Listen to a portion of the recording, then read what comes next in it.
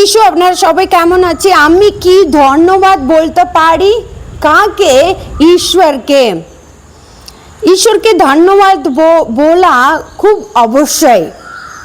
কেন? বাইবেল বলছে কলোসীয় 3 অধ্যায় 15 লেখা আছে, খ্রিস্টীয় শান্তি তোমাদের হৃদয়ে শাসন করুক। এই ছিল সেই শান্তি যা তোমাদের এক দেখ ছিল। কৃতজ্ঞ হও।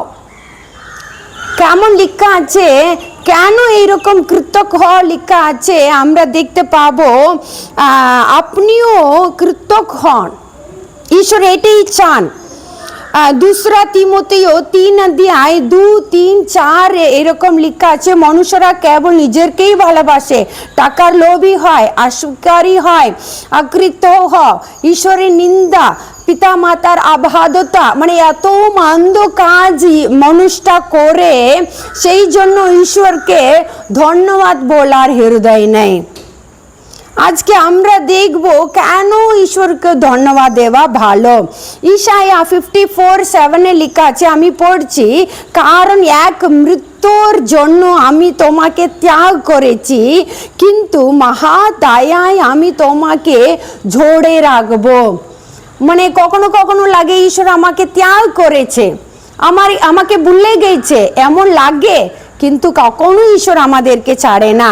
কিসের জন্য আমরা ঈশ্বরকে ধন্যবাদ দেব?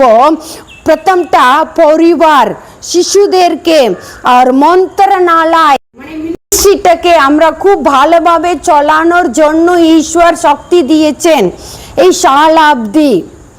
আর তিনি এক পটায়ু ছাড়াই পতহি ছিলেন, কখনো ছাড়িনি ঈশ্বর আমাদেরকে, আমাদের পরিবারকে, আমাদের ছেলে মেয়েদেরকে, আমাদের মানে কুটুম্বটাকে, আমাদের মানে হাতে যে কাজ করি সেইটাকে ঈশ্বর আমাদের সঙ্গে ছিলেন। সেটার জন্য ঈশ্বরকে ধন্যবাদ দিতে হবে।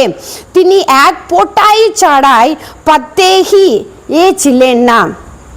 সেকেন্ডটা এত সমস্যা, ভজন সংহিতা 66 12 লেখা আছে, তুমি তোমাদের মাথার উপরে ঝুলেছ, আমরা আগুনে ও জলের মধ্য দিয়ে গিয়েছিলাম, কিন্তু আমি তোমাদেরকে সম্পৃক্ত স্থানে নিয়ে আসে।